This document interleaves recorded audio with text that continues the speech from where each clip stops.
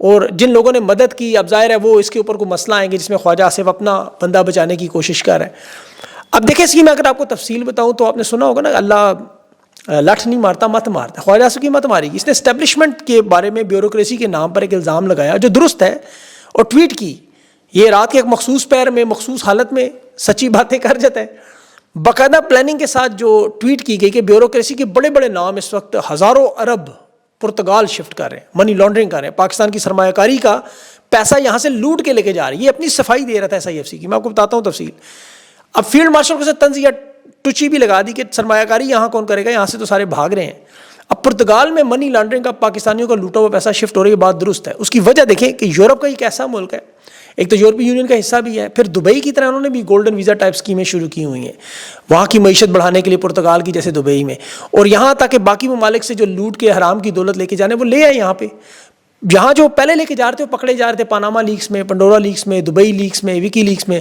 اب پرتگال بڑا پرکشش ہے کہ شہریت بھی مل جائے, یورپ کے تمام ممالک میں منی لانڈرنگ آسان بھی ہو جائے ان کے لیے, اور یہ اربوں ڈالرز پاکستان کے لوٹ کے وہاں نکل جائیں.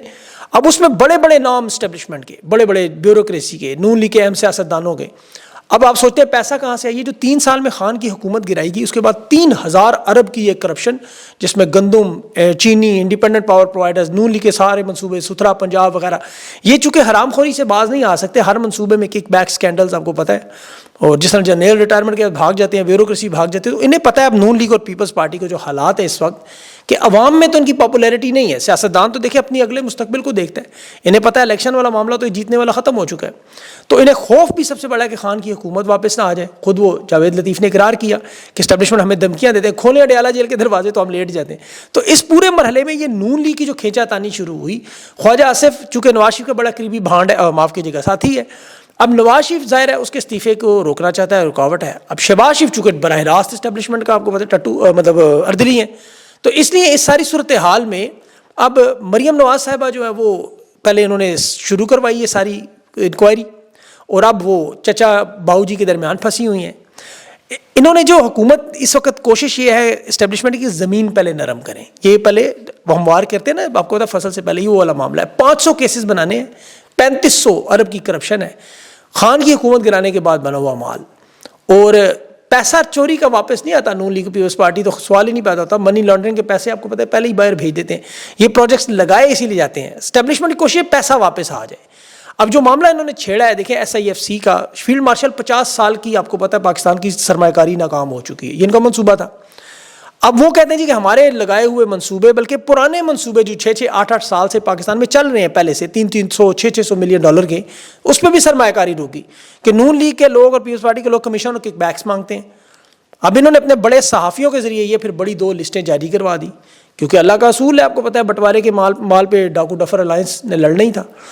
اب یہ یاد رکھیں کہ سوئس حکام میں 200 ارب ڈالر کی اسحاق ڈار کو اس وقت آفر کی تھی پاکستان کے پڑے میں لے جاؤ, لیکن چوری کا مال واپس نہیں آتا. انہوں نے کبھی نہیں وہ واپس لکھنے کے لیے کیا, کیونکہ ایک دوسرے کو بچانا ہے.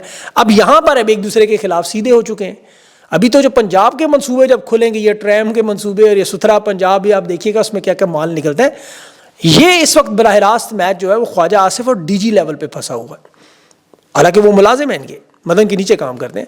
خواجہ آصف کو ریٹرننگ افسر نے فارم 47 پہ جتایا. خواجہ آصف اسے بچانے کے لیے وزارت دفاع سے استعفیٰ دینا چاہتا ہے, اور خواجہ آصف کو بچانے کے لیے باؤ جی اپنی سیاست بھی داؤ, ان کی سیاست رہی نہیں ہے لیکن وہ جو بچی کچی وہ بھی داؤ پہ لگانا چاہتے ہیں.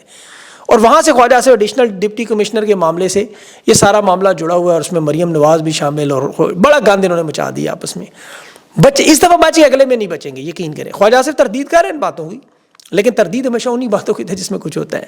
اور ساتھ ساتھ وہ پیٹر لممبا کی کانگو کی ٹویٹس لگا کے اسٹیبلشمنٹ کو ٹچکریاں بھی لگا رہا ہے کہ جس طرح 1960 میں ملک کے وسائل لوٹے, اور بالکل وہی کام حالانکہ جو عمران خان کے ساتھ. تو یہ خواجہ آصف کی ٹچکریاں جو اسٹیبلشمنٹ کو بڑی تنگ آتی ہیں. ظاہر ہے تو وہ آپ کو بھانڈ والا کام کرتے ہیں, جگت لگاتے ہیں.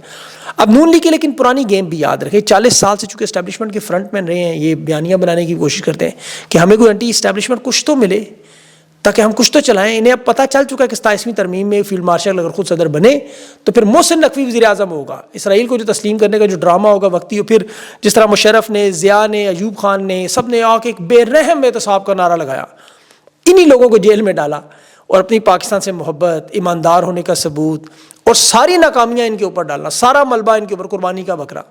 یہ SIFC کا جو منصوبہ ناکام ہوا وہ براہ راست حالانکہ جرنیل چلا رہے ہیں، لیکن یہ اسے نون لیگ پہ بیوروکریٹس پہ پھینک کے الزام لگائے. دیکھیں جی سرمایہ کاری اس وجہ سے نہیں آئی، ورنہ ہم نے تو دودھ شہد کی نہریں بہا دی تھی. اب یہ بیچ میں جو لوگ وردی کے اور بغیر وردی کے مستی بھی کر رہے ہیں، پورے نظام کو سنبھالنے کے لیے انہیں امریکہ سے مہر بھی چاہیے تاکہ جمہوریت کے نام پر اقتدار پر قبضہ کرے، اور نون لیگ بھی تھوڑی بہت سیاسی شہید ہو کے اپنی ووٹ بینک اپنی سیاست کرتی جائے. ابھی اس میں بڑی واردات جو فیلڈ مارشل کے نیچے بھی ہو رہی ہے وہ غیر ملکی سفارتکاروں سے مل کر نیا چیف لانے کی بھی آپ کو پتہ ہے پیشکش نواز شریف زرداری کر رہے ہیں. دیکھیں امریکہ ہو، مغرب ہو، کوئی بھی ملک ہو، انہیں پاکستان کے فردوں سے افراد سے محبت نہیں ہے. وہ جو عہدے پہ بیٹھ جائے اس عہدے سے محبت، وہ جو بیٹھ جائے. تو یہ ڈاکو ڈفر الائنس کا یہ معاملہ ختم نہیں ہوگا، ان کا یہ بہت بڑا معاملہ آپ کو نظر آئے گا. میں اس کو اگلا ثبوت بھی آپ کو دوں، یہ آپ کو اسٹیبلشمنٹ کی بہت بڑی جماعت ہے جنہیں آپ چابی والے کھلونے کہتے ہیں. اس کے سربراہ کی اب مسجد کے اندر دیکھیں وہ حلف دے رہا ہے کہ وزیر اعظم، وزیر اعلیٰ سمیت تمام لوگ الیکشن ہارے ہوئے ہیں. انہوں نے خود کہا میں خود بھی الیکشن ہارا ہوں، لیکن میرے سے بھی 64,000 کم ووٹ لینے والا اس وقت اٹک کا نون لیگ کا جیتا ہوا بیٹھا ہے. اور یہ یاد رکھیں جب تک انہیں چابی نہ ملے یہ بیان نہیں دیتے.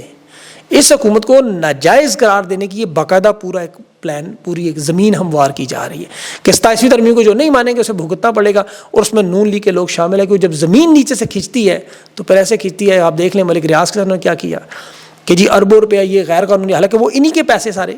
اسپتال میں چھاپے مار کے جو ریکارڈ نکالے جا رہے ہیں جی آگ لگی، حالانکہ نون لیگ کے اپنے سارے منصوبے، صاف پینے کا پانی ہو، نندی پور ہو، قائد اعظم سولر ہو، یلو کیب ہو، قرض اتارو ملک سنوارو ہو، جتنے منصوبے سارے میٹرو شیٹرو ریکارڈ جل چکے ہیں.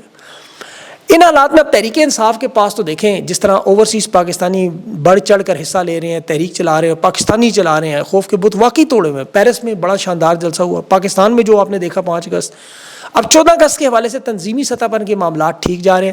اب صرف اس مومنٹم کو جاری رکھنا اور کچھ نہیں کرنا.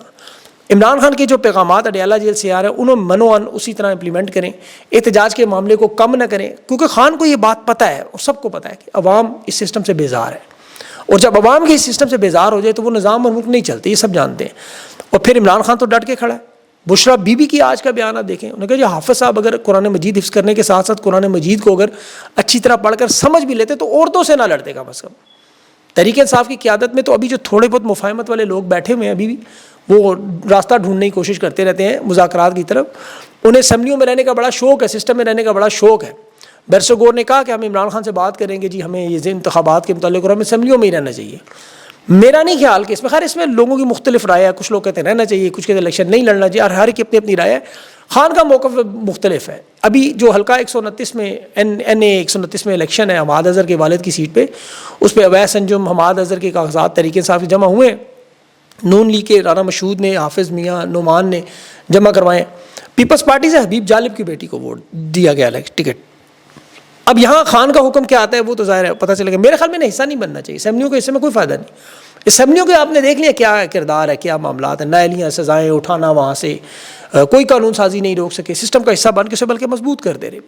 یہ تو خیر 9 فروری کو نکال لیتے، لیکن چلیں اب جو ایشوز ہیں ان کے پاس وہ بڑے اہم ایشوز ہیں، انہیں ان ایشوز پر بھی عوام کو موبلائز کرنا چاہیے. خان کی رہائی کا معاملہ تو نمبر 1 ہے، اس کے نیچے بھی 10 اور ایشوز ہیں.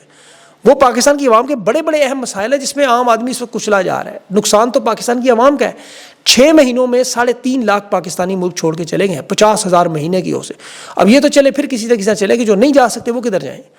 ہنرمند لوگ تو چلیں گے، جو قرضوں کا جال بچھایا جا رہا ہے تو اگلی آئندہ نسلیں بھی نہیں ادا کر سکیں گی. IMF کی جو سخت شرائط ہیں آپ ذرا پڑھیں.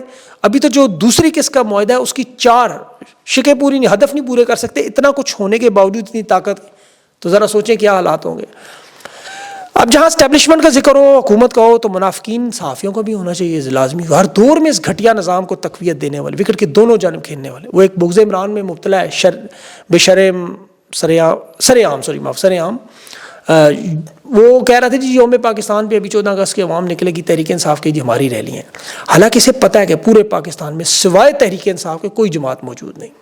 پاکستان کی عوام میں کوئی دوسری جماعت موجود نہیں. باہر جا کے دیکھ لیں، اس کو پتہ ہے اچھی طرح. یہ 16 جماعتیں اکٹھی ہو گئے پاکستان کے ایک شہر، بلکہ شہر چھوڑیں، یہ شادی حال یا کسی کے گھر میں بیٹھ کے اپنے عزیز رشتہ داروں کو اور ان جیسے صحافیوں کو بھی اکٹھا کر کے جلسہ نہیں کر سکتے. لاہور میں بھی نون لیگ نے کوشش کی ہے، 30 سال سے ان کا گڑھ ہے. وہاں اتنے لوگ نہیں اکٹھے ہو سکے کہ وہ رہنما تقریر کر سکتا، وہ بھاگ ہی گیا وہاں سے. اب دوسری طرف خان جیل میں بیٹھے، وہ پورا پاکستان گلی محلہ گوٹ لوگ نکلے ہوئے، لیکن یہ کہتا جی یوم پاکستان پہ پاکستانی نکلے. تو پاکستانی ہی نکلیں گے تو انڈیا سے تو سر آئیں گی نہیں. ابھی اسے یہ نہیں پتا کہ پنجاب میں 500 حملہ ہوا ہے, 500 حملہ. اور وہ عظمیٰ ڈیوس معاف کیجیے عظمیٰ بخاری صاحبہ کہہ رہی تھیں, اور ان کے ساتھ مریم شریف بھی کہہ رہی ہیں کہ لاہور میں کوئی بندہ ہی نہیں نکلا. اچھا تو 900 بندے ویسے ہی انہوں نے گھر رکھ لیے ہیں, وہ گرفتار کر کے کہاں ہیں وہ, کیوں پکڑ لیے انہیں؟ تو یہ سارے ان کی نوٹنکیاں ہیں, لیکن ان کی منافقت کی وجہ سے پھر تھوڑا سا صحافیوں کا ذکر بھی کرنا پڑتا ہے, ورنہ اس طرح کی آپ کو پتہ ہے ویلاگز میں ان کی جگہ ہی نہیں ہونی چاہیے, لیکن وہ بھی اب ضروری ہے. باقی جو اہم خبریں رہ گئی ہیں ان شاء اللہ اگلے ویلاگ میں. اپنا خیال رکھیں, مجھے اجازت دیں, اللہ حافظ.